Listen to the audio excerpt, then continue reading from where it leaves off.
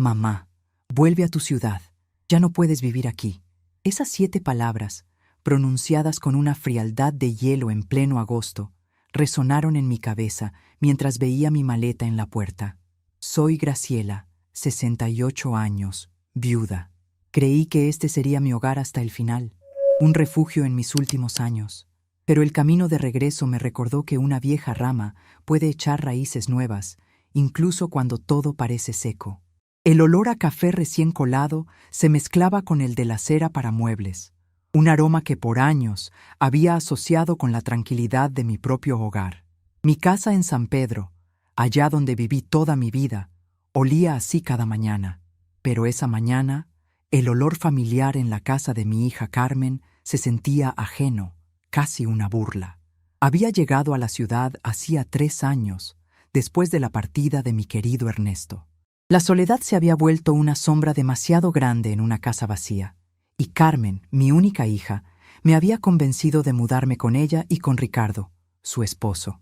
«Ven, mami, aquí estarás acompañada, te cuidaremos», me dijo con esa voz dulce que pocas veces escuchaba ya. En San Pedro, yo era doña Graciela, la costurera del barrio, la que hacía los mejores tamales para las fiestas de la iglesia, la que siempre tenía un consejo a mano para las vecinas. Mi casa, modesta pero llena de vida, con su pequeño jardín donde cultivaba mis hierbas medicinales y mis rosas trepadoras, era mi castillo. Cada rincón, cada baldosa, cada imperfección en la pared guardaba una historia, un recuerdo con Ernesto. Allí crié a Carmen, le enseñé a cocinar, a coser los botones de su uniforme. Fue un hogar de risas, de alguna que otra discusión, pero siempre de mucho amor. Cuando Ernesto se fue, el silencio se instaló, pesado y denso. Fue entonces que Carmen, con la excusa de mi malestar reciente, una caída que me dejó el tobillo adolorido y el alma un poco más frágil, insistió en que ya no podía estar sola. Empaqué mi vida en unas cuantas cajas, dejando atrás casi 50 años de memorias tangibles, prometiéndome que volvería a mi jardín, a mi gente, cuando me sintiera mejor. Pero la promesa se fue diluyendo con el tiempo. Aquí, en la ciudad, en su apartamento moderno y pulcro, yo no era doña Graciela. Era la abuela, o simplemente mamá, cuando no estaban enfadados. Mis tamales ya no eran tan buenos como los de la señora de la esquina. Mis consejos se consideraban cosas de viejos, y mis historias eran un rollo para mis nietos, que solo querían sus pantallas luminosas. Mi tobillo sanó, pero la idea de volver a San Pedro se hizo cada vez más remota. Carmen necesitaba ayuda con los niños, me decía, y con la casa, con la comida. Y yo, que siempre fui de servir, de ayudar, de sentirme útil, me puse manos a la obra. No pasaba un día sin que yo hiciera el desayuno, limpiara la cocina, lavara la ropa, planchara las camisas de Ricardo o preparara la cena. Los fines de semana, mientras ellos salían, yo me quedaba con mis nietos, contándoles cuentos que ellos escuchaban con desgano o simplemente vigilándolos mientras jugaban con sus aparatos electrónicos.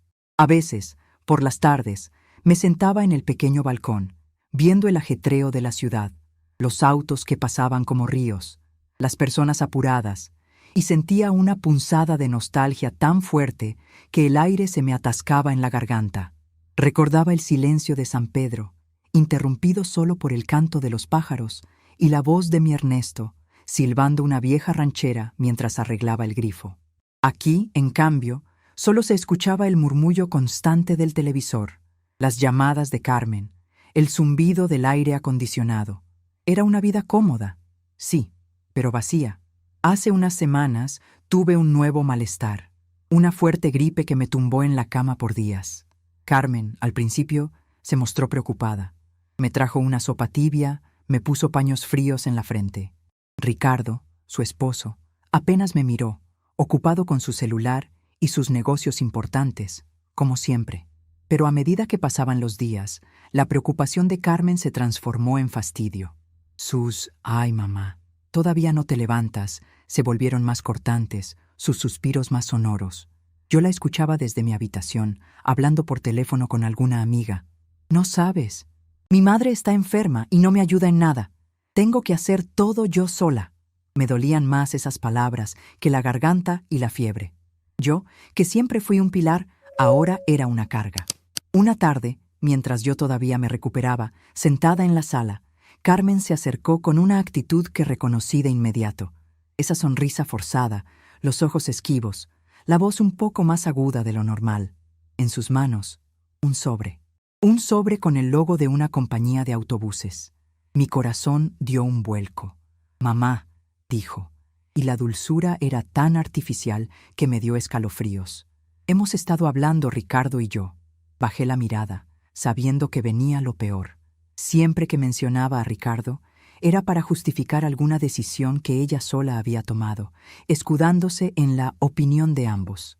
«Sabes que te queremos mucho, mami», continuó, sin que sus ojos encontraran los míos. «Pero esto de tus malestares, ya no estás para vivir sola, pero tampoco para estar aquí con tanto ajetreo». Mi mente trató de procesar lo que escuchaba, pero la frase se enredaba como un ovillo. ¿Demasiado ajetreo? Si yo era la que hacía que el ajetreo fuera manejable para ellos. «Creemos que sería mejor que volvieras a San Pedro», soltó de repente, y la sonrisa se le endureció en el rostro. «Ya compré tu pasaje de autobús. Sale en 8 horas». En ese instante sentí un golpe en el estómago, un golpe frío y seco. Mi hija, mi propia hija, me estaba despachando, como si fuera un paquete, una mercancía que ya no le era útil. La maleta, la misma maleta vieja que me acompañó desde San Pedro, apareció a mi lado, casi empujada por una de las piernas de Ricardo, que, sin decir palabra, la dejó caer junto a mi silla. Él apenas me dirigió una mirada, regresando enseguida a su sillón donde lo esperaba su celular. Carmen lo había hecho todo tan rápido, tan calculado. No había habido una conversación, no había habido una pregunta, solo la sentencia, fría e irrevocable. Miré el pasaje en su mano, una fecha, una hora, un destino. San Pedro, mi ciudad, la que dejé porque ella me lo pidió. Mi garganta se cerró. Quise decir algo, protestar, preguntar por qué, cómo, pero las palabras se me anudaron, convirtiéndose en una bola amarga en el pecho. Carmen, al ver mi silencio, pareció tranquilizarse. «Es por tu bien, mamá», dijo, la voz ya más suave, casi conciliadora, como si me estuviera haciendo un favor. «Allá tienes tu casa, tus cosas. Aquí no es para ti. Es mucha ciudad, mucho ruido. Necesitas tu tranquilidad. Tranquilidad». La misma tranquilidad que ella me había arrebatado al convencerme de venir, al mantenerme ocupada, al ignorarme cuando hablaba, al despreciar mis esfuerzos. La tranquilidad de la que ella y Ricardo se aprovechaban, dejándome a cargo de todo mientras ellos disfrutaban de sus vidas. «Pero mis cosas», murmuré, señalando con la barbilla mi habitación, donde aún tenía mi baúl con fotos, mi máquina de coser, los pequeños recuerdos de Ernesto que no cabían en la maleta. «Ya las iremos a buscar, mamá. Después, cuando puedas venir de visita», respondió Carmen con un gesto vago de la mano. «Ahora lo importante es que llegues bien. Ya te puse un sándwich y una botellita de agua en tu bolso. Y dinero, claro. 20,000 pesos para el camino y para cuando llegues. 20,000 pesos. Una miseria. Para lo que yo había contribuido en estos 3 años, para lo que había invertido en comprar la comida, en ayudar con las cuentas cuando ellos estaban apretados, era una limosna. Era la tarifa de mi exilio. La humillación se grabó en mi piel como un hierro candente. Sentí mis ojos humedecerse, pero me negué a llorar. No frente a ella. No frente a Ricardo, que ahora, con el sonido de mi voz, levantó la vista de su teléfono, solo para mirarme por un segundo, y luego volver a su mundo digital. Me puse de pie lentamente, sintiendo el crujido de mis rodillas. La maleta parecía más pesada de lo que recordaba. Me pregunté qué habría puesto Carmen dentro. ¿Mi ropa más vieja? ¿Mis cosas más inútiles? El gesto de apartarme era tan claro como la luz del mediodía. Me estaba quitando de en medio. En las pocas horas que quedaban, el apartamento se convirtió en un lugar hostil. Carmen, con una alegría que no disimulaba, me apuraba. «Vamos, mamá, no podemos perder el bus», mientras yo intentaba arreglarme, peinarme, lavar mi cara, fingiendo que todo estaba bien, que era una visita voluntaria a mi ciudad de origen. Nadie preguntó qué pensaba, si quería ir. Nadie se preocupó por mi voz, por el nudo en mi estómago. Los niños ni siquiera se despidieron.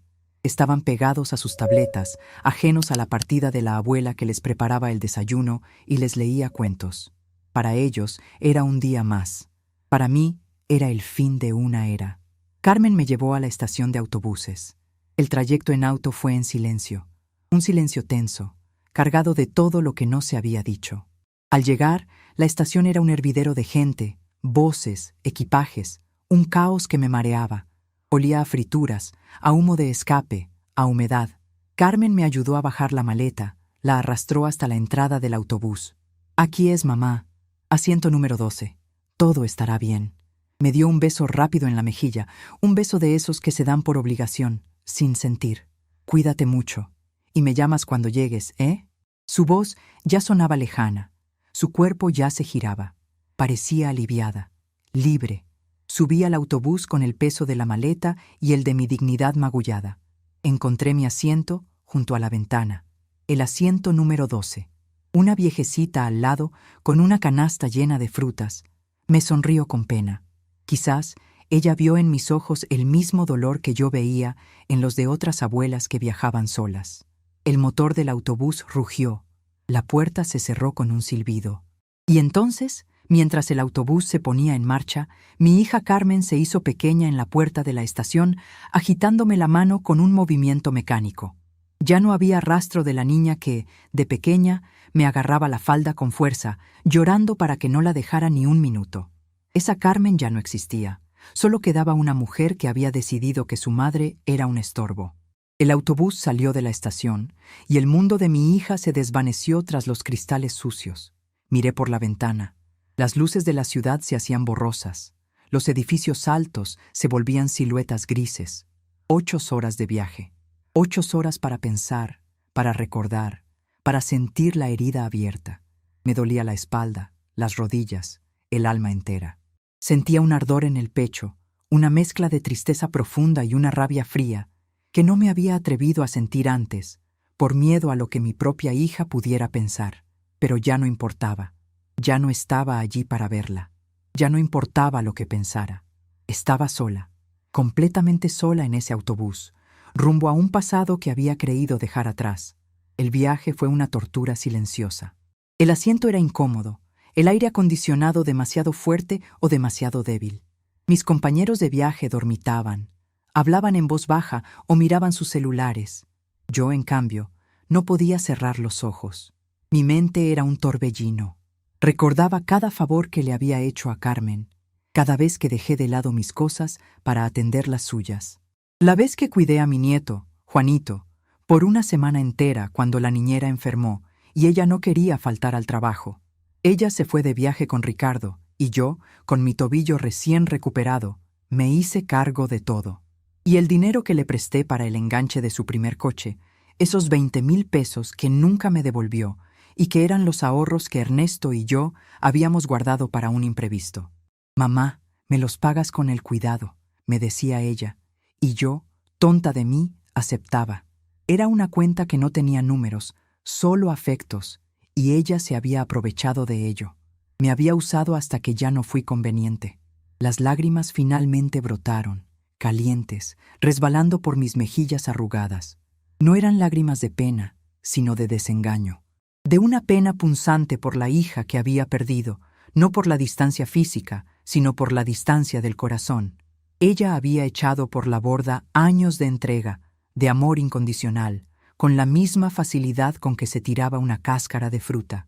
«No puedes vivir aquí», había dicho. No era un diagnóstico, era una sentencia. No era preocupación, era conveniencia. Me di cuenta de que mi malestar físico de semanas atrás había sido solo una excusa, el catalizador para una decisión que ella ya tenía tomada en su cabeza. El autobús se detuvo en una pequeña fonda al borde de la carretera. La gente bajó para estirar las piernas, comer algo. Yo me quedé en mi asiento, sin ganas de moverme. Miré el sándwich que Carmen me había puesto. Un pan blanco, sin sabor, con una rebanada de jamón y queso que parecía de plástico. Me dio asco. Saqué la botellita de agua y di un trago amargo. Recordé los platos de comida que yo les preparaba cada día. El arroz con pollo con su toque de azafrán, las lentejas con chorizo que tanto le gustaban a Ricardo, las empanadas caseras que mis nietos devoraban. Y Carmen, que siempre ponía pegas, que siempre decía, está bien, mamá, pero podrías haberle puesto menos sal, o no me gusta que la carne esté tan cocida. Nunca un gracias, nunca un qué rico. Solo quejas veladas y luego la completa indiferencia. El sol se puso mientras el autobús seguía su camino. El cielo se tiñó de naranjas y morados, un espectáculo de color que me recordaba los atardeceres en San Pedro, sentada en el patio con Ernesto, escuchando la radio. Aquí, en el autobús, el cielo era una pintura triste, vista a través de un cristal empañado. La oscuridad cayó sobre el paisaje y los campos se volvieron sombras indistinguibles. Solo las luces tenues de los pueblos que pasábamos parpadeaban como ojos lejanos. El frío de la noche comenzó a colarse por la ventana. Me acurruqué en el asiento, abrazando mi bolso, donde sentía el leve abultamiento de esos 20,000 pesos. Y fue en esa oscuridad, en ese silencio roto solo por el traqueteo del motor, que algo dentro de mí se rompió para luego reconstruirse de otra forma. Ya no era la Graciela que lloraba por el desprecio de su hija. No. Era la Graciela que había levantado un hogar de la nada, que había sacado adelante a su hija con sus propias manos, que había enviudado pero no se había rendido, la que había dejado su vida, su gente, por la promesa de un amor que resultó ser una farsa. No podían simplemente deshacerse de mí, no podían borrarme. Yo no era una vieja silla que se tira cuando estorba. Recordé las palabras de mi abuela, un día que yo era una niña y lloraba porque una amiga me había quitado un juguete. Graciela, mija, el que se va sin ser echado, vuelve sin ser llamado, pero el que es echado, si regresa, que lo haga para poner las cosas en su sitio, no para pedir perdón. Esa frase, que había escuchado tantas veces de niña y que había olvidado en el trajín de la vida, resonó en mi memoria con una claridad sorprendente. Yo había sido echada, con pasaje en mano y maleta en la puerta, y ahora, mientras el autobús seguía su curso inexorable hacia San Pedro, hacia mi pasado, sentía que no era un final, sino un nuevo comienzo. Un comienzo en el que yo, Graciela, la costurera de San Pedro, la que hacía los mejores tamales, la que había criado a una hija ingrata, no iba a pedir perdón por existir. Al contrario, iba a poner las cosas en su sitio. Y Carmen y Ricardo, que me creían una carga inútil y frágil, pronto se darían cuenta de lo que realmente habían perdido al echarme. La oscuridad de la noche, más que asustarme, me envolvió en una extraña sensación de fuerza. Era hora de despertar y de recordar quién era Graciela y de qué era capaz. El viejo dicho de mi abuela ya no era un simple recuerdo, era una promesa. El traqueteo del autobús se detuvo con un chirrido de frenos que me sacó de mi ensimismamiento. Abrí los ojos, aún doloridos por la falta de sueño y el llanto contenido. La primera luz del amanecer se colaba por la ventana, tiñendo el horizonte de un gris perlado. Frente a mí, una pequeña estación con el letrero descolorido que rezaba «Bienvenidos a San Pedro». Mi corazón se apretó, una mezcla extraña de alivio y tristeza. Había llegado. 8 horas de viaje, 8 horas de una travesía que no solo me había llevado de una ciudad a otra, sino de una vida a otra. Bajé del autobús con lentitud, sintiendo el frío de la madrugada calándose en mis huesos. El aire de San Pedro era distinto al de la ciudad. Era más limpio, más fresco, con un leve aroma a tierra mojada y a pasto recién cortado. Miré a mi alrededor. La estación era la misma de siempre, pequeña, con sus bancas de madera gastada y el puesto de periódicos que llevaba ahí toda la vida. Había poca gente, algunos viajeros madrugadores con rostros cansados, esperando sus conexiones. Mi maleta, esa vieja compañera de viaje, rodó pesadamente por la rampa, su sonido resonando en el silencio matutino. La recogí con un suspiro. Era la única cosa que me unía a la vida que acababa de dejar. El sol empezaba a asomarse tímidamente por detrás de las montañas, pintando el cielo de tonos rosados y dorados. Un nuevo día, y para mí, Graciela, una nueva vida. No había nadie esperándome. Nadie sabía que regresaba. Carmen se había asegurado de eso, supongo. No querría que nadie en San Pedro supiera que me había despachado así. La vergüenza sería suya, no mía.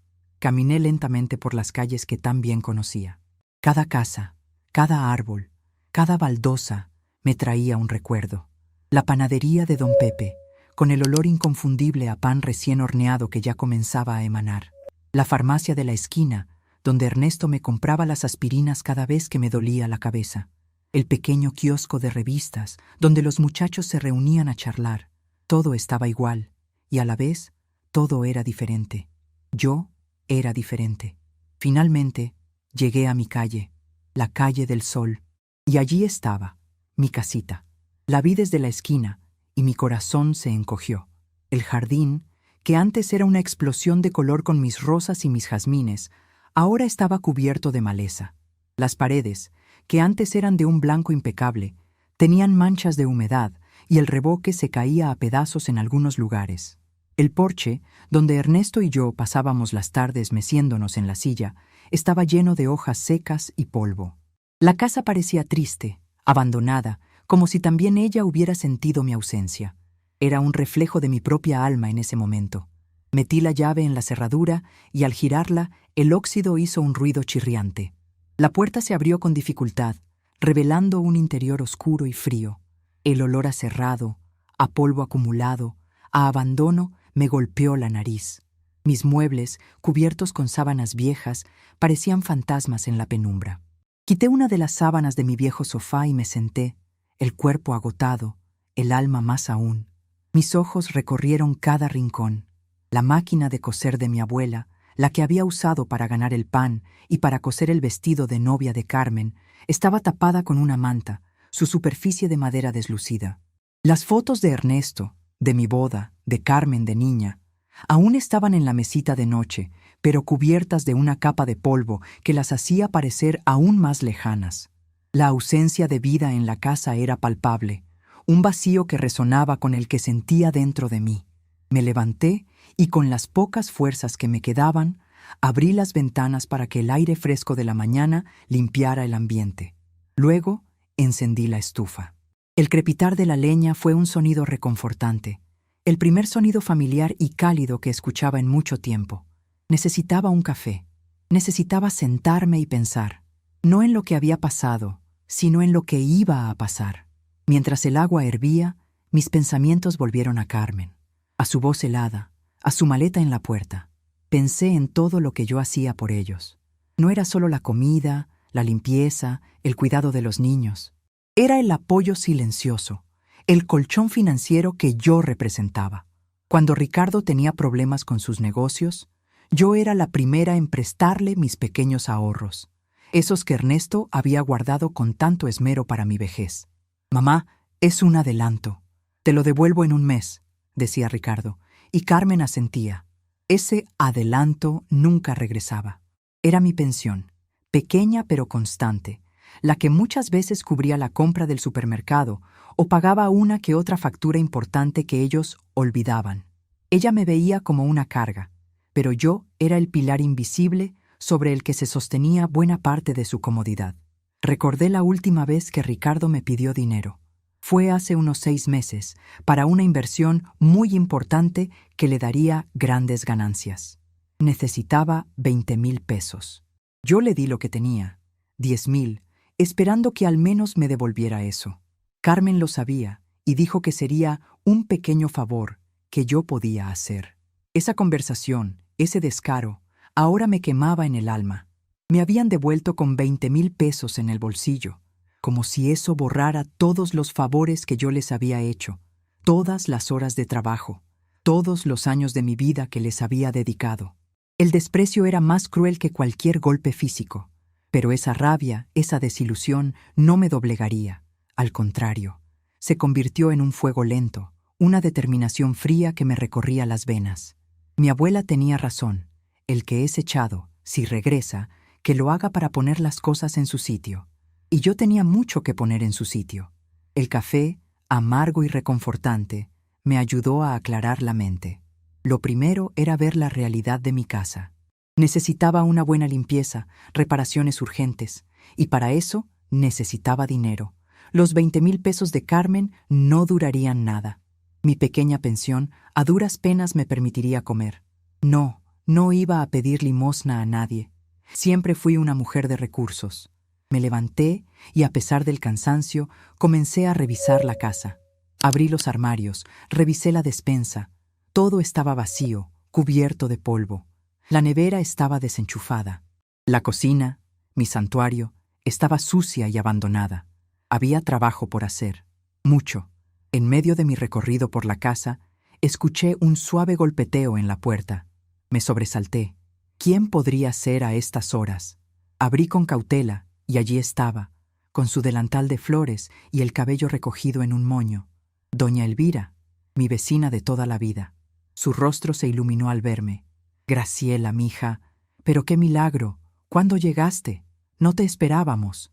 Sus ojos, llenos de genuina sorpresa y alegría, me hicieron sentir un calor que no había sentido en años. La abracé con fuerza y por un momento me permití sentir la emoción. Elvira, qué alegría verte, dije, sintiendo la voz quebrada. Pero ven, pasa, pasa, me dijo, empujándome suavemente para que entrara. ¿Cómo así que no avisaste? Y la casa hecha un desastre. ¿Y Carmen no te trajo? Elvira entró, observando el desolado panorama de mi sala. Su mirada, tan perspicaz como siempre, se detuvo en mi maleta y luego en mi rostro. No, Elvira, vine sola. Unas cosas que tenía que arreglar aquí, y Carmen estaba muy ocupada. Era una mentira piadosa que sabía que no duraría mucho. Elvira me conocía demasiado bien. ¿Sola? ¿Un viaje de 8 horas sola y con tu tobillo?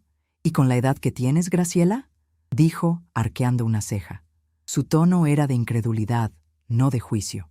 Me senté de nuevo en el sofá y Elvira se sentó a mi lado, poniendo una mano reconfortante en mi hombro. El tacto me ancló a la realidad. Ya estoy bien del tobillo, Elvira. Pero sí, fue un viaje largo. Y veo que tu casa... Ay, mija, está pidiendo a gritos un poco de cariño. No es para que estés así, tan abandonada. ¿Por qué no te quedas en mi casa mientras la arreglas? No es mucho, pero al menos tienes una cama limpia y comida caliente. La generosidad de Elvira me conmovió profundamente. Era la amistad verdadera, la que no esperaba nada a cambio. Gracias, Elvira, de verdad. Pero necesito estar aquí. Necesito sentir mi casa de nuevo. Solo necesito un poco de ayuda para limpiar y poner esto en orden. Pues aquí estoy yo, mija. Y mis muchachos también. Mañana mismo venimos a darte una mano. Y no me digas que no, que te conozco. Ahora, ¿ya comiste algo? Te traigo un cafecito con pan dulce, recién horneado. No pude negarme. Mientras Elvira iba a su casa, me permití un momento de profunda gratitud. No estaba sola. Tenía a Elvira. Y eso, en este momento, era más valioso que cualquier dinero. Mientras me comía el pan dulce de Elvira, sentí una pequeña chispa de esperanza. Esta chispa se unió al fuego de mi determinación. Mi plan comenzó a tomar forma en mi mente, paso a paso. No podía ser impulsiva. Tenía que ser inteligente, como siempre lo fui. Carmen me creía frágil, vieja, inútil, una carga. Eso sería mi mayor ventaja.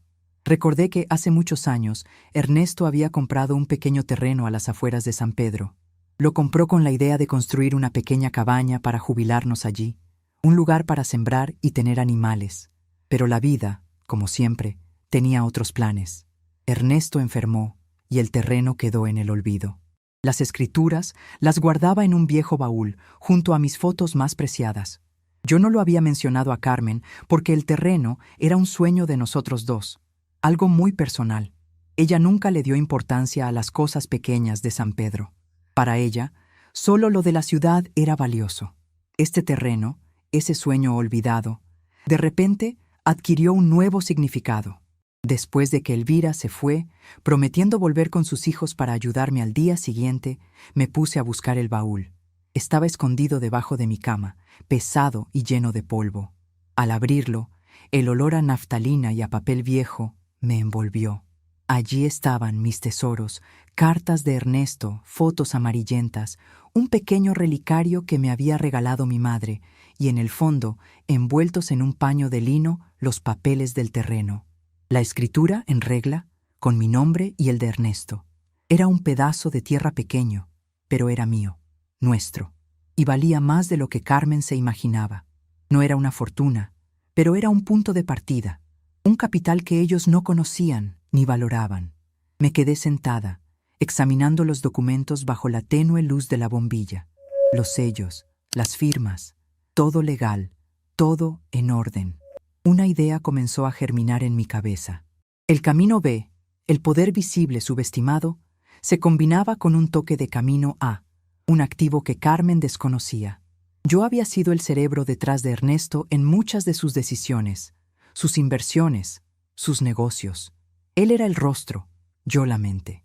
Y aunque en la ciudad mi poder se reducía a limpiar y cocinar, aquí en San Pedro, mi astucia seguía intacta. Mientras tanto, a 800 kilómetros de distancia, en la ciudad, mi hija Carmen y mi yerno Ricardo seguramente disfrutaban de su primer día libres de mamá. Me los imaginaba.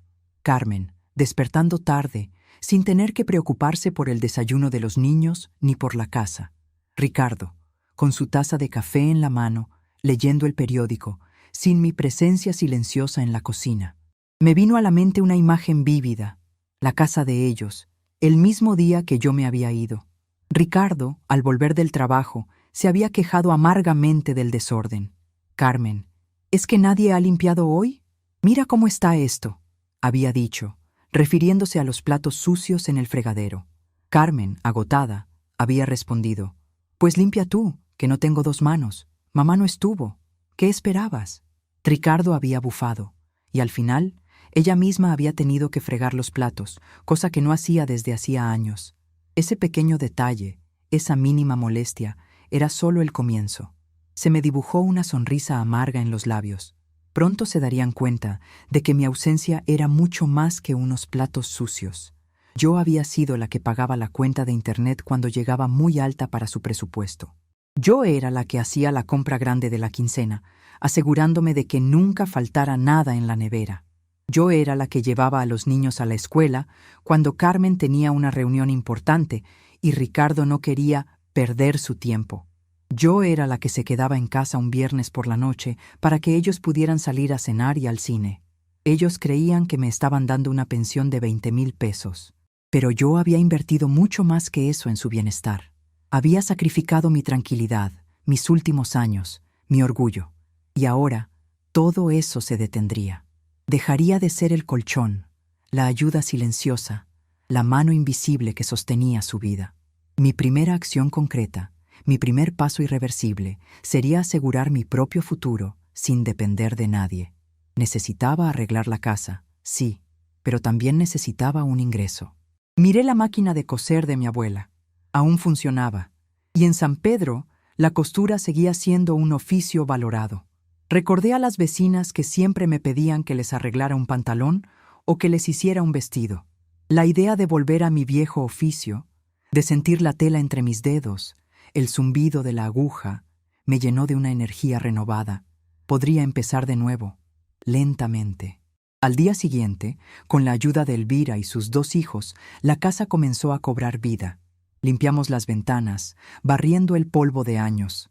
Los muchachos de Elvira, 2 jóvenes fuertes y amables, me ayudaron a mover los muebles y a hacer una limpieza profunda. Mientras ellos trabajaban, Elvira y yo preparamos un guiso caliente, riendo y charlando como en los viejos tiempos. ¿Y de verdad Carmen no te acompañó, Graciela? Me parece muy raro, insistió Elvira, mientras picaba unas verduras. Ella tenía un compromiso muy importante, Elvira. Ya sabes cómo son las cosas en la ciudad. Mucho trabajo. Mentí de nuevo, aunque sentía un pinchazo en el corazón. Elvira me miró y no dijo nada, pero sus ojos, llenos de esa sabiduría silenciosa de las mujeres de pueblo, me dijeron que ella no me creía del todo. Y eso me dio aún más fuerza. No necesitaba decir la verdad.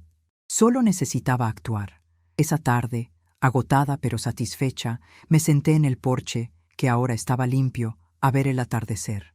El jardín aún era un desastre, pero ya no me parecía tan desolado. Podía ver el potencial, la vida que esperaba resurgir. Pensé en Carmen, en Ricardo. ¿Ya habrían notado mi ausencia? ¿Habría llegado Ricardo a casa quejándose de la falta de una cena preparada? ¿Habrían tenido que lavar los platos los niños? La imagen me dibujó una sonrisa. El camino apenas comenzaba. Mi siguiente paso era crucial. Al día siguiente, iría al registro de la propiedad. Quería asegurarme de que el terreno de Ernesto estuviera completamente a mi nombre. Quería entender su valor real. Y quería tomar posesión, no solo en papel, sino en mi mente y en mi corazón. Este terreno, que había sido un sueño olvidado, sería la base de mi nueva independencia. Y lo que es más importante, sería una moneda de cambio, una carta bajo la manga que Carmen y Ricardo ni siquiera imaginaban. Ellos me habían echado, creyendo que me dejaban sin nada, pero yo tenía algo que, a su debido tiempo, usaría. Pensé en cómo Carmen, en su burbuja de conveniencia, había subestimado mi capacidad. Ella pensó que yo era solo una anciana con achaques, una fuente de problemas y gastos. Nunca se detuvo a pensar en todo lo que yo aportaba, no solo en dinero, sino en tiempo, en paz mental, en la gestión invisible que mantenía su casa funcionando con una armonía que ellos daban por sentada. Recordé un episodio específico. Mi nieto, Pedrito, tuvo una fiebre muy alta una noche. Carmen y Ricardo estaban cenando fuera. Yo, con mi teléfono viejo, intenté llamarlos, pero no contestaban. Tomé a Pedrito en mis brazos, lo llevé a la clínica de urgencias y me quedé con él hasta las 3 de la mañana.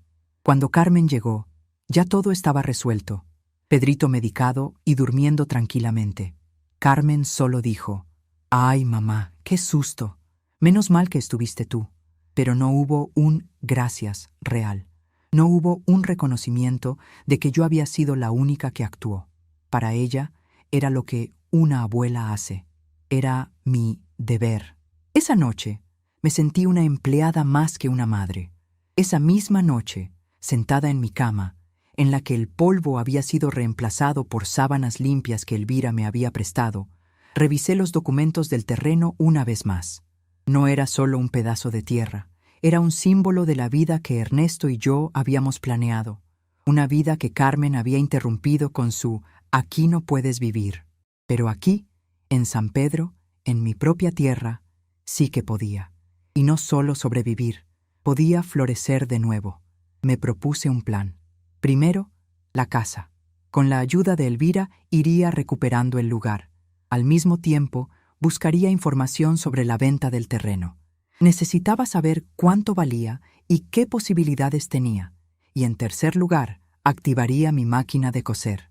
Mis manos, aunque ya no tan ágiles como antes, aún tenían la memoria de la aguja y el hilo. Empezaría por lo básico: arreglos, dobladillos. Los vecinos de San Pedro eran gente sencilla y siempre necesitaban una costurera de confianza. Sería mi camino para recuperar mi dignidad, mi independencia económica, sin depender de los 20,000 pesos de limosna que Carmen me había dado. La calma de la noche en San Pedro era una caricia. Podía escuchar el canto de los grillos, el ladrido lejano de un perro, el suave murmullo del viento entre los árboles. Era el sonido de la paz, era el sonido de la libertad. Y en esa libertad, Graciela, la mujer que había sido echada de la casa de su hija, comenzó a trazar el mapa de su regreso, no a un lugar, sino a sí misma. El viaje apenas había terminado, pero la verdadera aventura estaba a punto de comenzar. Y ellos, en la ciudad, aún no sabían que la pieza más importante de su tablero de ajedrez había decidido jugar su propia partida. Los días en San Pedro comenzaron a tejerse con el hilo de la rutina, pero una rutina diferente, llena de propósito. El primer paso fue la casa. Con la invaluable ayuda de Elvira y sus hijos, logramos transformar el desorden y el abandono en un hogar habitable. Limpiamos, lavamos, barnizamos. Cada mueble recuperaba su brillo. Cada rincón volvía a respirar. El aroma a cera y a limpio, el mismo que recordaba de mi juventud, llenó de nuevo el ambiente. El jardín seguía siendo un desafío, pero ya no me parecía una tarea insuperable. Era un proyecto, como los que Ernesto y yo solíamos emprender. Mientras tanto, en la ciudad, los primeros mensajes de texto de Carmen empezaron a llegar, esporádicos y cargados de una superficialidad que me resultaba casi ofensiva. «Mamá, ¿cómo estás? ¿Ya te acomodaste? Los niños te extrañan». Mentía. Los niños no me extrañaban, o al menos no más allá de la ausencia de sus desayunos preparados y sus habitaciones recogidas. Yo sabía que esas preguntas eran más una formalidad, una manera de saciar su conciencia, que una preocupación genuina. Mis respuestas eran cortas, evasivas. Estoy bien, Carmen. La casa necesita mucho trabajo. Aquí todo tranquilo. No le di detalles. No le dije que Elvira me había ayudado, ni que estaba limpiando el jardín, ni que mi máquina de coser ya estaba de nuevo en funcionamiento. La asimetría de información era mi aliada. Cuanto menos supieran, mejor. El verdadero primer movimiento de mi plan llegó una mañana de martes.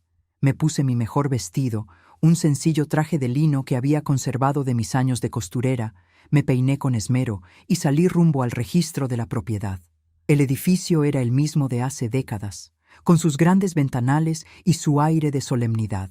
Al entrar, el olor a papel viejo y tinta me transportó a los tiempos en que Ernesto y yo veníamos a firmar documentos, llenos de sueños para el futuro. La funcionaria que me atendió, una joven con gafas llamada Sofía, fue amable y eficiente. Le presenté los papeles del terreno de Ernesto. Sus ojos recorrieron los documentos con rapidez. Doña Graciela, veo que estos papeles están en orden. El terreno está a nombre de usted y de su difunto esposo. Tendríamos que hacer una pequeña actualización para que figure solo a su nombre, por temas de sucesión. Es un trámite sencillo, pero requiere de unos días. Mis ojos se iluminaron. No era solo un terreno, era algo más. ¿Y cuál es el valor actual de este terreno, señorita?, pregunté, sintiendo un leve cosquilleo en el estómago. Sofía tecleó algo en su computadora y luego levantó la vista, una expresión de sorpresa en su rostro. Doña Graciela, ¿usted sabe que este terreno está justo en la zona donde la municipalidad planea construir el nuevo centro de salud? Mi corazón dio un vuelco. No lo sabía.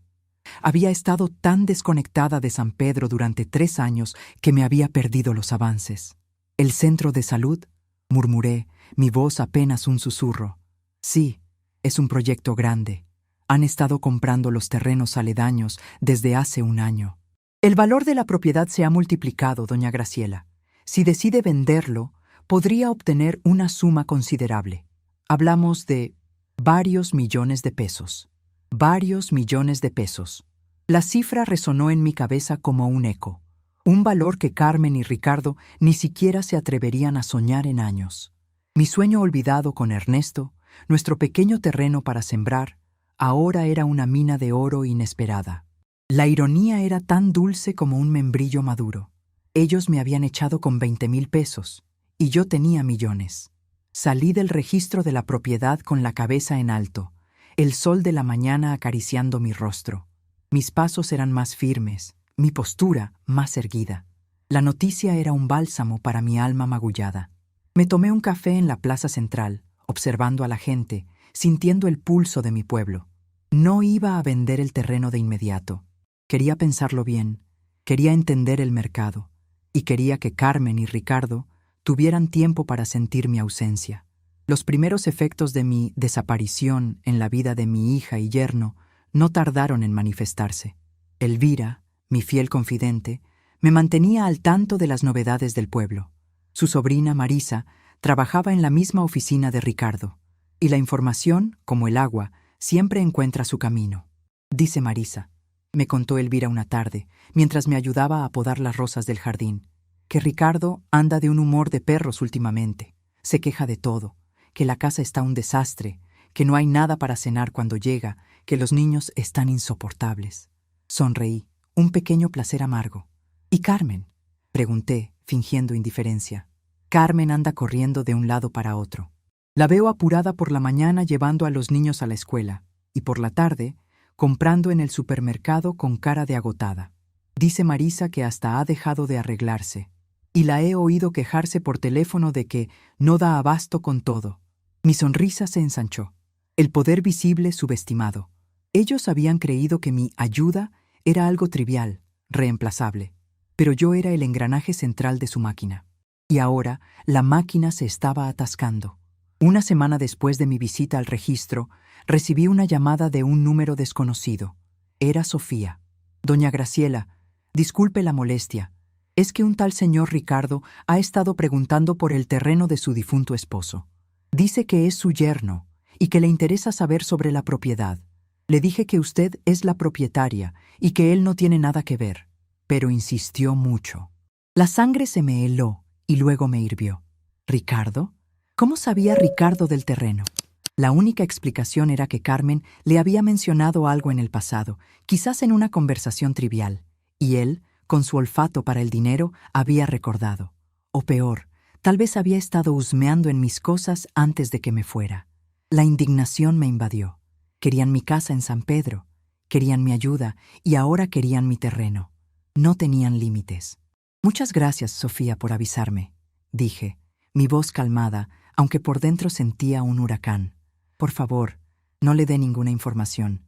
Dígale que cualquier consulta debe ser conmigo directamente, y que no estoy interesada en vender nada por ahora. Colgué el teléfono, mi mente trabajando a 1000 por hora. Ricardo ya estaba moviendo sus hilos. Eso significaba que la presión aumentaría. Pero yo tenía una ventaja. Ellos no sabían que yo sabía. Y no sabían cuánto sabía. Mi siguiente paso fue poner en marcha mi plan de vuelta al ruedo. Saqué mi vieja máquina de coser, la limpié, la engrasé. Con unas pocas bobinas de hilo que había conservado y unas telas que Elvira me había regalado, empecé a coser. Al principio, solo pequeños arreglos para mí misma, luego para Elvira. Y pronto, la noticia de que doña Graciela había regresado y estaba cosiendo de nuevo se extendió por el pueblo como la pólvora. La gente de San Pedro era noble. Había crecido conmigo. Había visto a Carmen nacer y crecer. Sabían de mis manos, de mi habilidad. Y no pasó mucho tiempo antes de que las primeras clientas empezaran a llegar a mi puerta.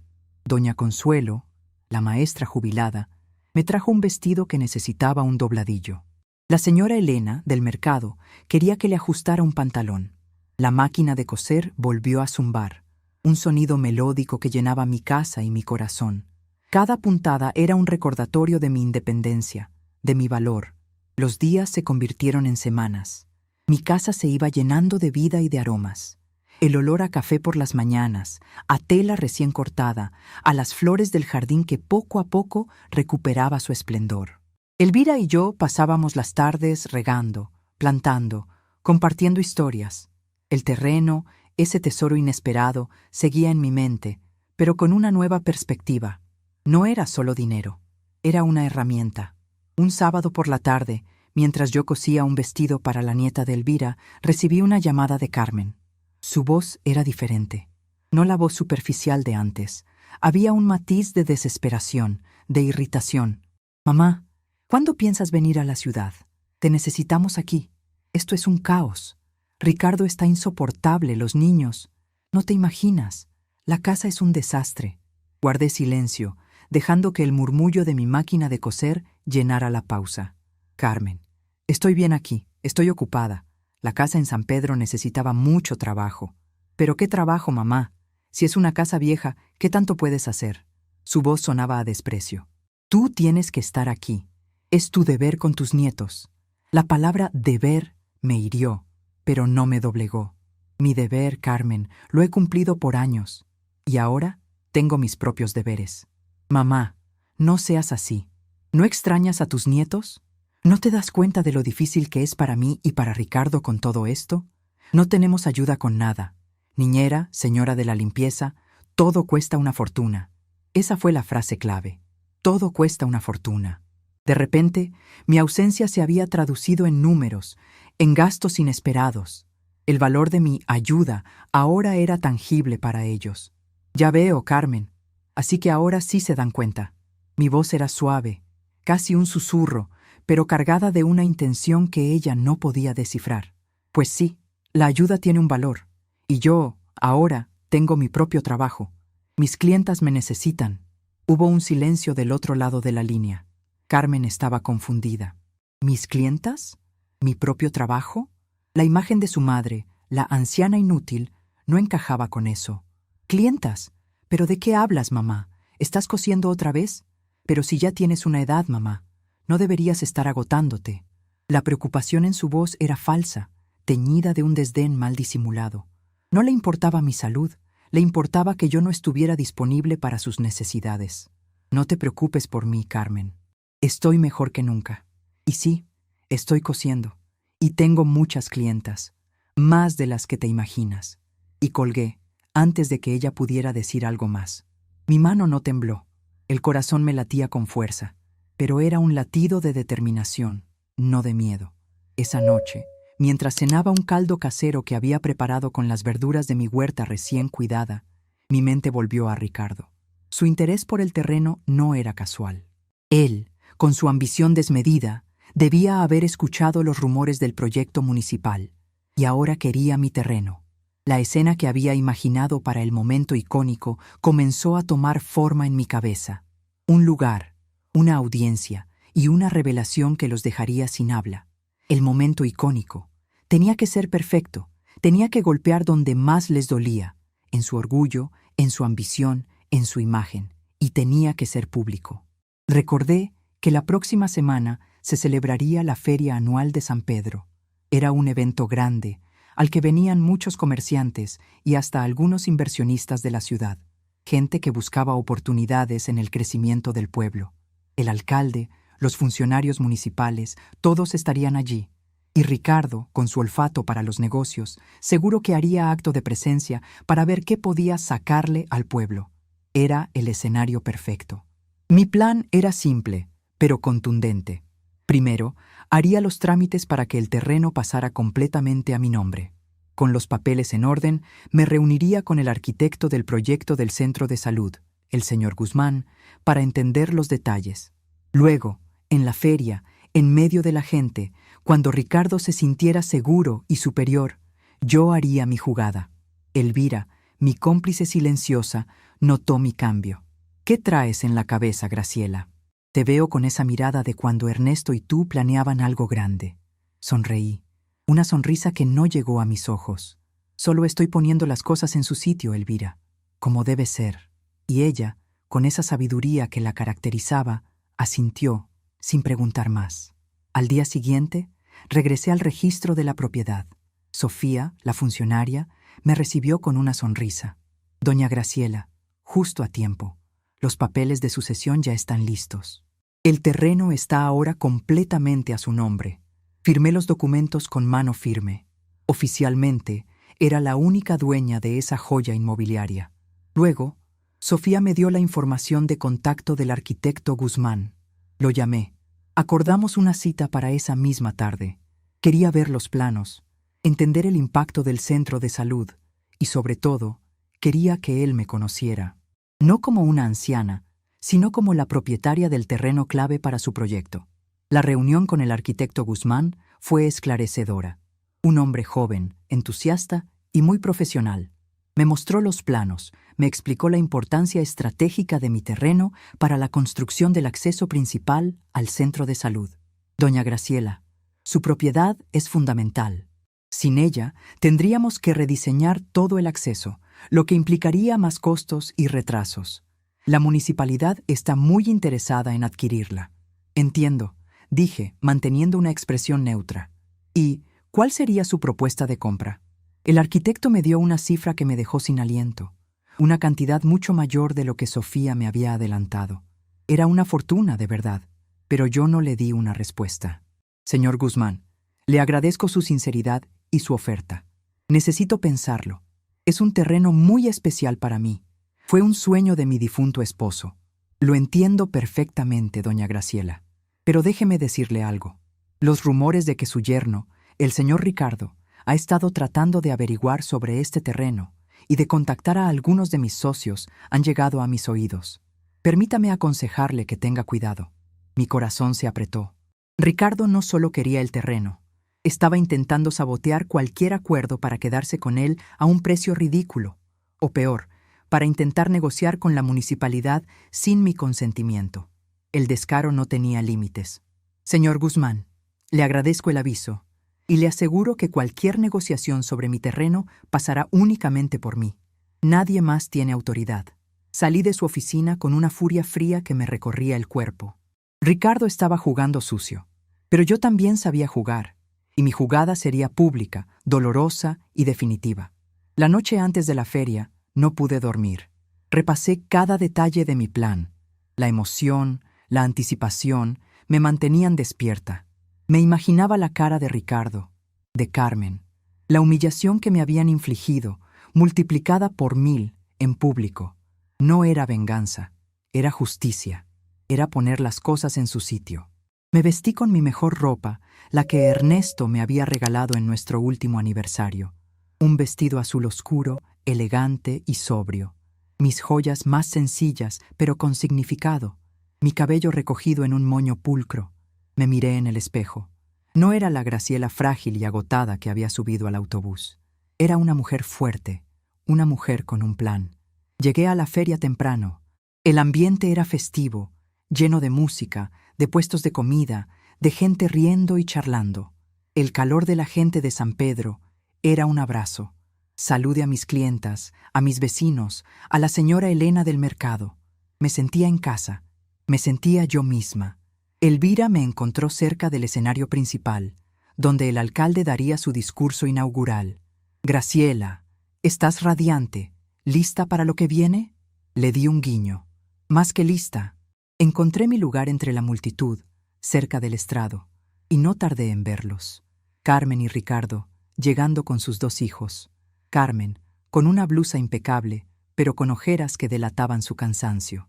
Ricardo, con su traje caro, su sonrisa de dientes blancos y su aire de superioridad, saludando a diestra y siniestra, como si fuera el dueño del lugar.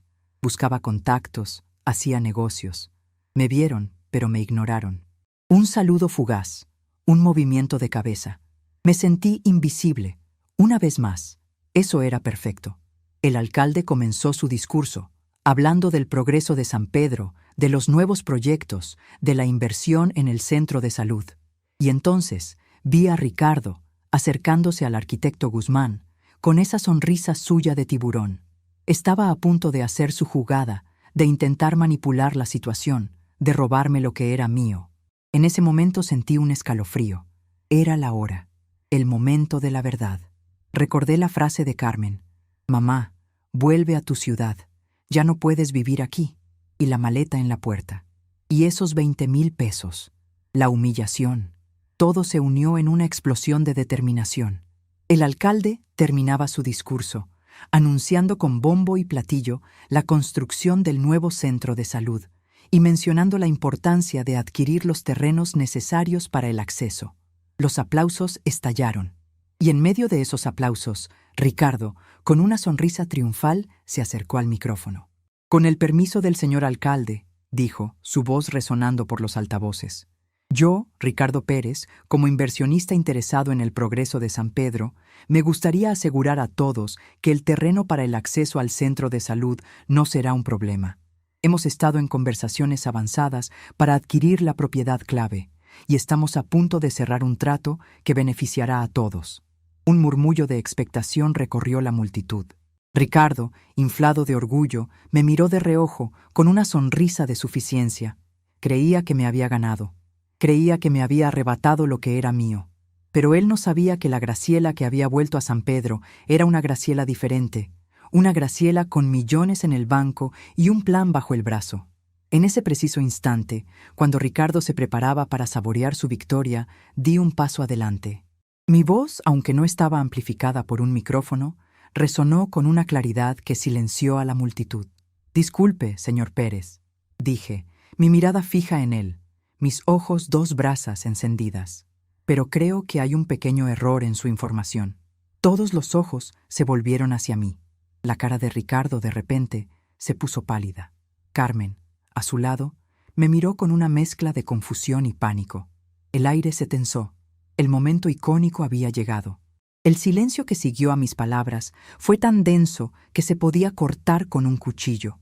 Todos los ojos en la feria de San Pedro, desde el alcalde hasta el último puesto de tamales, estaban fijos en mí. Ricardo, con el micrófono aún en la mano, se quedó helado. Su sonrisa de suficiencia se había desdibujado, reemplazada por una expresión de pura incredulidad. Carmen, a su lado, había abierto la boca, pero no salía sonido alguno. Sus hijos, mis nietos, que estaban aburridos jugando con sus teléfonos, levantaron la vista, curiosos por la interrupción. El arquitecto Guzmán, que estaba cerca de Ricardo, me miró con una mezcla de sorpresa y una leve sonrisa de complicidad. Sabía lo que se venía. Elvira, entre la multitud, me lanzó un guiño de aliento. Era mi momento. «¿Disculpa, señora?» Ricardo logró balbucear, intentando recuperar la compostura, su voz un hilo. «¿Usted quién es?» La pregunta fue un error. Fue la mecha que encendió el fuego. Me acerqué un paso más, mis ojos clavados en los suyos. «Soy Graciela Ríos, señor Pérez», dije, mi voz clara y firme, resonando sin necesidad de micrófono. «Y soy la propietaria del terreno al que usted se refiere». La frase cayó como una losa. Un murmullo corrió por la multitud. Algunos de los vecinos me reconocieron, susurrando mi nombre. Ricardo me miró con una incredulidad aún mayor, como si no pudiera creer lo que escuchaba. Su rostro, antes pálido, ahora estaba teñido de un rojo furioso. «Mamá». Carmen finalmente encontró su voz, pero era un grito ahogado, una mezcla de vergüenza y pánico. «¿Qué estás haciendo?» La ignoré. Mi atención estaba en Ricardo, en el hombre que había planeado quedarse con mi propiedad sin mi consentimiento, el que me había echado de su casa con una limosna. «Parece que el señor Pérez está mal informado», continué, elevando un poco la voz para que todos me escucharan. «Porque hasta donde yo sé, y tengo los papeles para probarlo, no hay ninguna conversación avanzada con usted sobre la venta de mi propiedad. Y mucho menos un acuerdo a punto de cerrar». El rostro de Ricardo se contorsionó en una máscara de rabia. Soltó el micrófono, que cayó con un golpe seco. «Graciela, no sabes de lo que hablas», rugió, su voz llena de veneno. «Tú no entiendes de negocios. Ese terreno no vale nada. Es un favor que yo te iba a hacer al comprártelo». La gente empezó a murmurar más fuerte. Ricardo, en su ira, acababa de cometer otro error. Había subestimado a su audiencia. La gente de San Pedro conocía su terreno, conocía la zona, y sabían que el proyecto municipal era real. Me armé de calma, la misma calma que usaba para hilar una puntada perfecta. «¿Un favor, señor Pérez?», dije, elevando una ceja. «Mire qué casualidad. Hace unos días el arquitecto Guzmán me hizo una oferta por ese mismo terreno, una oferta que asciende a varios millones de pesos. Y le aseguro, señor Pérez, que no era ningún favor. Era una compra justa por una propiedad estratégica». La multitud estalló en un clamor. «Millones de pesos», se escuchaba por aquí y por allá. Las caras de la gente eran una mezcla de asombro y admiración. El alcalde, que había estado observando la escena con los brazos cruzados, ahora tenía una sonrisa en los labios. Ricardo estaba lívido. Sus ojos disparaban fuego. Se acercó a mí, amenazante. «Estás senil, vieja. Te has vuelto loca. Nadie te va a pagar esa cantidad por un terreno baldío». Carmen, finalmente, reaccionó, agarrándolo del brazo. «Ricardo, por favor, basta». Pero Ricardo estaba fuera de sí. El desprecio en su voz, la humillación pública, era todo lo que me había prometido mi abuela. «Tú no eres nadie, Graciela. Eres una carga, una inútil que echamos de la casa porque ya no servías para nada». Esas palabras, las mismas palabras que me habían destrozado el alma en el autobús, ahora, dichas en público, ante mis vecinos, ante la gente de mi pueblo, perdieron su poder. Se convirtieron en una exhibición de su propia bajeza. Me mantuve firme, mi mirada inquebrantable. «Fui una carga, dices, Ricardo», dije, mi voz llena de una ironía helada. «Fui la que cocinaba para ustedes, la que limpiaba su casa, la que cuidaba a sus hijos sin cobrar un centavo. Fui la que prestó los 20,000 pesos que nunca me devolviste para el enganche de tu coche. La que pagó la cuenta de luz, la del internet, cuando ustedes olvidaban hacerlo. La que te salvó de la vergüenza varias veces con mis pequeños ahorros, cuando tus negocios importantes no salían como esperabas. Si eso es ser una carga, entonces sí, fui una carga». Cada palabra fue un dardo, clavándose en su orgullo. La gente de San Pedro, que había visto mi generosidad por años, que conocía la historia de mi vida, murmuraba con indignación. Muchos habían sido testigos de cómo yo había apoyado a Carmen y a Ricardo. Carmen se cubrió la cara con las manos, avergonzada. Sus hijos, que ahora entendían algo de lo que estaba pasando, miraban a su padre con los ojos muy abiertos. Ricardo, al ver la reacción de la gente, al sentir el peso de esas palabras, perdió el último vestigio de su compostura. «Cállate, vieja metiche», rugió, intentando abalanzarse sobre mí. Pero el arquitecto Guzmán, rápido, se interpuso entre nosotros. «Señor Pérez, le pido que se calme. Estamos en un acto público». El alcalde también intervino, con una expresión seria. «Señor Pérez, esto es inaceptable, completamente inaceptable». La humillación de Ricardo era palpable. Su rostro estaba rojo, su respiración agitada. Carmen intentó arrastrarlo lejos, lejos de las miradas de desprecio, de los susurros de condena. Pero yo no había terminado. «Y en cuanto a mi propiedad», dije, elevando la voz para que todos me oyeran, «el señor Ricardo Pérez no tiene ni tendrá ninguna injerencia. Mi terreno no está en venta para él. Y estoy evaluando con el arquitecto Guzmán la mejor opción para el bien de San Pedro, porque para mí, mi pueblo sí importa». Un aplauso espontáneo estalló entre la multitud. La gente de San Pedro, mi gente, me apoyaba. Era una ovación silenciosa, pero poderosa. Ricardo, con la cara descompuesta, fue arrastrado por Carmen, dejando el escenario principal con el rabo entre las piernas, bajo el peso de la vergüenza pública. Vi a Carmen, con la cabeza gacha, arrastrando a sus hijos que miraban a su abuela con una mezcla de confusión y una nueva admiración. El rostro de mis nietos, antes pegado a sus pantallas, ahora se había iluminado con una comprensión que quizás los cambiaría para siempre. La abuela que creían vieja y sin importancia, acababa de demostrarles que tenía más poder que sus propios padres. La feria continuó, pero la atmósfera había cambiado. Yo, doña Graciela, la costurera de San Pedro, me convertí en el centro de atención. La gente se acercaba a saludarme, a felicitarme, a expresarme su apoyo. El alcalde, con una sonrisa sincera, se me acercó. «Doña Graciela, qué gusto verla. ¿Y qué lección le ha dado a ese señor? Tiene todo nuestro apoyo en lo que decida hacer con su terreno. San Pedro necesita gente como usted». Le agradecí sus palabras, sintiendo un calor genuino en el corazón. Horas después, cuando la feria empezaba a disiparse y el sol comenzaba a caer, Elvira se me acercó, sus ojos brillando de orgullo. «Graciela, mija, ¿qué espectáculo les diste?» Ricardo estaba verde de rabia, y Carmen no sabía dónde meterse. Se lo tenían merecido. Sonreí, un cansancio dulce invadiéndome. No fue un espectáculo, Elvira, fue justicia. ¿Y la gente? ¿Viste cómo te apoyaron? Eres la heroína del pueblo. La noche llegó, y yo regresé a mi casa, mi corazón en paz. La humillación se había disipado, reemplazada por una sensación de dignidad y de control. Al día siguiente, mi teléfono sonó. Era Carmen. Su voz, que antes era de fastidio o de falsa preocupación, ahora estaba teñida de histeria. «Mamá, por favor, tienes que volver. Ricardo está furioso. Dice que nos has avergonzado, que nos has arruinado. No sabes lo que está pasando aquí». La escuché en silencio, dejando que se desahogara. Sus palabras, antes tan dolorosas, ahora me resbalaban. «Carmen, tranquila. Estoy en mi casa. No tengo por qué volver a la ciudad. Y lo que pasó en la feria fue una consecuencia de las acciones de Ricardo». «Pero mamá, él dice que vas a vender el terreno y que no nos vas a dar nada, y que por tu culpa vamos a perder la oportunidad de un buen negocio». «¿De un buen negocio?», repetí, mi voz helada. «¿Te refieres al negocio que Ricardo quería hacer a mis espaldas, sin mi consentimiento, a costa de mi propiedad? Carmen, Ricardo no tiene ninguna autoridad sobre mis bienes. Y yo, por supuesto, voy a vender mi terreno al mejor postor para mi propio beneficio.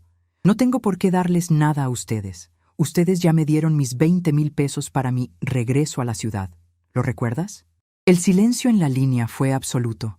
La frase de los 20,000 pesos había sido un golpe bajo, un recordatorio de la limosna con la que me habían despedido. «Mamá, por favor». Su voz se quebró y escuché lo que parecían sollozos. «No hagas esto. No seas así. Somos tu familia, tus nietos. ¿No piensas en ellos?». Esa fue su última maniobra, la manipulación emocional, usando a mis nietos como escudo. Pero yo había aprendido a ver a través de sus juegos. Pienso en mis nietos, Carmen, y por eso les estoy dando una lección de dignidad, una lección de que las personas no son objetos que se usan y se tiran. Ellos merecen aprender que sus padres deben honrar a su abuela, no despreciarla. Pero, ¿y el dinero? Necesitamos ayuda, mamá. Ricardo está muy mal. Su negocio está pasando por un momento difícil. No tenemos dinero para la niñera, para la limpieza. No podemos con todo. La máscara se había caído por completo. Ya no era preocupación por mi salud, ni el bien de mis nietos. Era simplemente dinero. Su dependencia de mi ayuda invisible se había vuelto insostenible. Pues tendrán que arreglárselas, Carmen. Como yo lo hice por años. Yo también tengo mis gastos y mi propio negocio y mis clientas. Pero mamá, ¿cómo vas a comparar coser con nuestra vida aquí? Tú no sabes lo que es el estrés de la ciudad. La vida es cara. La vida es cara, sí, Carmen, dije, y mi voz era una caricia de hielo. Y el respeto, la gratitud y la dignidad no tienen precio. Esas son cosas que ustedes han olvidado. Y colgué. Mi mano no tembló, pero mi corazón sí sintió una punzada. Una punzada de tristeza por la hija que se había perdido, por la relación que se había roto, pero también una punzada de alivio. Me había liberado. Más tarde, esa misma semana, mientras terminaba un vestido de fiesta para la hija de doña Consuelo, Carmen apareció en mi puerta. Había conducido 8 horas, igual que yo. Su coche, un modelo caro y brillante, contrastaba con la modesta fachada de mi casa. Su rostro estaba demacrado, sus ojos hinchados. No era la Carmen arreglada y segura de sí misma que conocía. Era una mujer agotada, desesperada. «Mamá», dijo, su voz apenas un susurro, las lágrimas resbalando por sus mejillas. «Por favor, escúchame. Lo siento mucho. Ricardo está descontrolado, me ha gritado, me ha echado la culpa de todo. Dice que me voy a quedar sola si no convenzo a la vieja de vender el terreno. La palabra vieja me dolió, pero no tanto como antes. Ya no tenía el poder de herirme. Pasa, Carmen», dije, abriéndole la puerta, sin invitarla a abrazarme. «Siéntate». Ella se sentó en el sofá, el mismo que había limpiado con Elvira, el mismo donde yo me había sentado desolada a mi llegada. Se veía pequeña, frágil. «Mamá, por favor, no vendas el terreno, o al menos danos una parte. Ricardo dice que con ese dinero podríamos salvar su negocio. Y si su negocio quiebra, no tendremos nada. Nos quedaremos sin casa, sin nada. Piensa en los niños». Sus lágrimas eran genuinas esta vez, lágrimas de miedo, de desesperación. Pero yo había visto ese truco antes. «Carmen, ¿recuerdas lo que te dije de la dignidad y el respeto? Esas no son cosas que se compran con dinero. Y tu padre y yo trabajamos muy duro por ese terreno. No es una tabla de salvación para los malos negocios de Ricardo». «Pero, ¿y tu familia? ¿No te importa lo que nos pase?» La miré a los ojos, mis ojos, los suyos. Eran los mismos ojos que yo tenía de joven. «Sí, Carmen, me importa. Pero también me importa mi dignidad. Me importa lo que me hicieron. Me importa que me hayan usado, me hayan despreciado, me hayan echado como si fuera una molestia. Y eso, Carmen, no se borra con unas lágrimas». Carmen bajó la mirada, incapaz de sostenerme la vista. Ella, que siempre había sido tan segura, tan controladora, ahora estaba rota. «Mamá, ¿qué tengo que hacer?», dijo finalmente, su voz apenas audible. Esa era la pregunta clave. No, por favor, perdóname, sino, ¿qué tengo que hacer? Era el comienzo de la redención, pero una redención cara, con condiciones. «Vas a tener que aprender muchas cosas, Carmen», dije, mi voz tranquila, sin rabia, solo con la autoridad que había recuperado. «Vas a tener que aprender el valor del trabajo, el valor de la ayuda, el valor del respeto a tus mayores. Y vas a tener que aprender a vivir sin que yo sea tu colchón». Ella me miró, esperando el veredicto. «Por ahora, no te voy a dar nada del terreno. No por el momento. Ricardo ha jugado sucio y eso tiene consecuencias. Y tú, Carmen, vas a volver a tu casa. Vas a enfrentar tus problemas. Vas a levantar tu propia casa, con tus propias manos. Y cuando me demuestres que has cambiado, que has aprendido el valor de las cosas, entonces, y solo entonces, hablaremos de lo que puedes hacer con tu vida. Pero no te pediré que me pidas perdón, te pediré que te respetes a ti misma y a tu familia. Esa es mi condición». Carmen no protestó, no lloró más, solo asintió, lentamente. La comprensión se dibujó en su rostro. La partida había terminado. Yo había ganado. Y ella, por primera vez en su vida, tendría que enfrentar las consecuencias de sus propias acciones. La casa de San Pedro, mi pequeño refugio, era ahora mi fortaleza. Y desde allí, Graciela, la costurera, la dueña del terreno millonario, la madre de una hija que finalmente estaba aprendiendo, comenzaría un nuevo capítulo, pero esta vez bajo mis propias reglas. Los meses que siguieron a la visita de Carmen fueron un torbellino de cambios, no solo para mí, sino para todos los involucrados. Mi casa en San Pedro se convirtió en un santuario de actividad y propósito. El jardín, antes olvidado, florecía bajo mis cuidados y los de Elvira. Las rosas trepadoras volvieron a cubrir el porche y mis hierbas medicinales crecían vigorosas. El aire olía a tierra húmeda y a lavanda, un aroma de renacimiento. Mi negocio de costura, el hilo de Graciela, creció más allá de mis expectativas. La gente de San Pedro valoraba el trabajo bien hecho, la atención personalizada y el buen precio. Mi máquina de coser zumbaba desde la mañana hasta la tarde, y mi pequeña sala se llenó de telas de colores, patrones y risas de clientas que venían a recoger sus encargos y a compartir un cafecito. Incluso tuve que contratar a Marisa, la sobrina de Elvira, para que me ayudara con los patrones y los arreglos más sencillos. Era una bendición. Mi pensión, que antes apenas alcanzaba para el día a día, ahora era un complemento a mis ingresos, y por primera vez en años, sentí la libertad financiera que tanto anhelaba. El terreno, mi mina de oro silenciosa, seguía siendo objeto de negociaciones. El arquitecto Guzmán y la municipalidad me hicieron una oferta final, mucho más generosa de lo que había soñado. Decidí vender una parte del terreno, la que era estratégica para el acceso al centro de salud, y conservar otra parte, la que había sido el sueño de Ernesto para nuestra pequeña cabaña. El dinero de la venta me dio una tranquilidad que nunca antes había conocido. No era para derroches, sino para asegurar mi futuro, el de mi casa, y para invertir en mi negocio y en San Pedro. Las noticias de la ciudad llegaban a través de Marisa, que seguía en contacto con gente de la antigua oficina de Ricardo. La vida para Carmen y Ricardo no era fácil. El negocio de Ricardo se había ido a pique, tal como había temido. Sin mi apoyo financiero, sin los favores que les hacía, sin la red invisible de mi ayuda, sus cimientos se habían desmoronado. Tuvo que vender su coche de lujo y el apartamento moderno, que estaba a nombre de Carmen, para saldar deudas. Se mudaron a un pequeño departamento en un barrio más modesto, lejos de sus amigos y su vida social. Carmen, que nunca había tenido que hacer nada por sí misma, ahora trabajaba en 2 empleos para mantener a sus hijos y pagar las cuentas. Limpiaba oficinas por la mañana y trabajaba en una tienda de ropa por las tardes. Ricardo, por su parte, intentaba reinventarse, buscando trabajos que antes consideraría por debajo de su nivel. La arrogancia se había desvanecido, reemplazada por una lucha diaria por la supervivencia. Mis nietos, Juanito y Pedrito, también sintieron el cambio. Ya no tenían acceso ilimitado a sus pantallas ni los lujos a los que estaban acostumbrados. Tenían que ayudar en casa, hacer sus tareas y aprendieron a valorar las cosas de una manera que nunca habrían hecho antes. Esa era la lección de dignidad que les había prometido.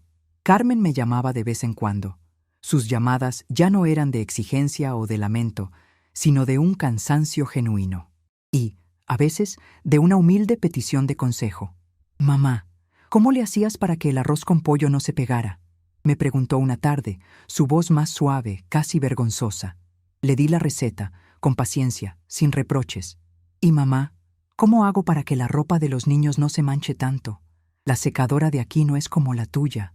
Le expliqué mis trucos de lavandera, los que aprendí de mi madre. Era una dinámica nueva. Ella preguntaba, yo respondía. Ella era la aprendiz, yo la maestra. Un mes después de la venta del terreno, decidí usar una parte del dinero para un proyecto personal.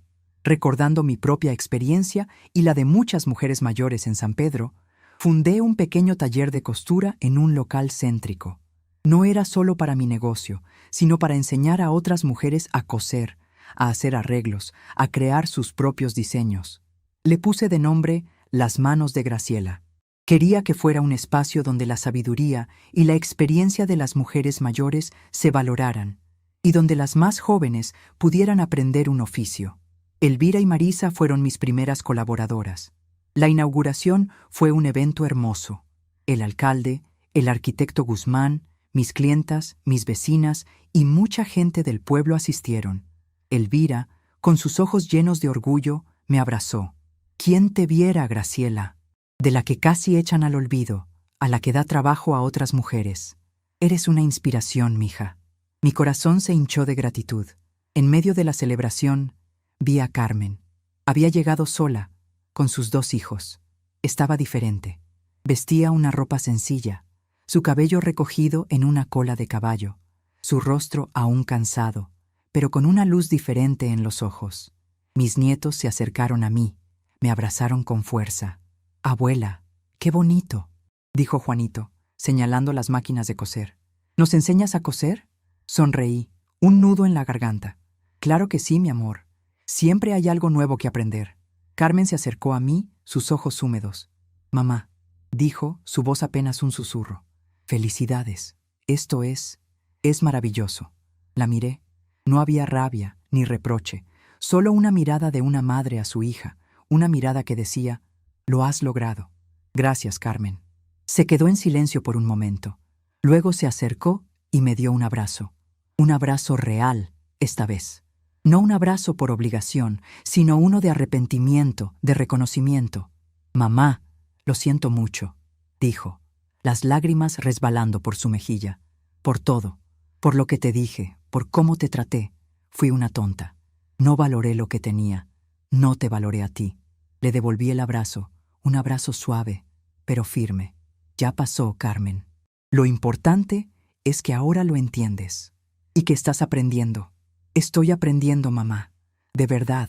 Es muy duro, pero me hace sentir que soy capaz y que no necesito que nadie haga las cosas por mí». Su voz, aunque cansada, tenía una nueva fortaleza. Esa era la redención que yo buscaba. No una disculpa vacía, sino una transformación real. Ricardo no apareció en la inauguración. Pero Carmen me dijo que había empezado a trabajar en un taller de reparaciones, que se había humillado a aprender un oficio que antes despreciaba. La lección también le había llegado a él, a su manera. Esa noche, sentada en el porche de mi casa, viendo las estrellas que brillaban con intensidad en el cielo de San Pedro, reflexioné sobre mi viaje. Había sido echada de la casa de mi hija, tratada como una carga inútil. Pero ese acto de crueldad había sido el catalizador para mi propia liberación. Había redescubierto mi fuerza, mi valor, mi propósito.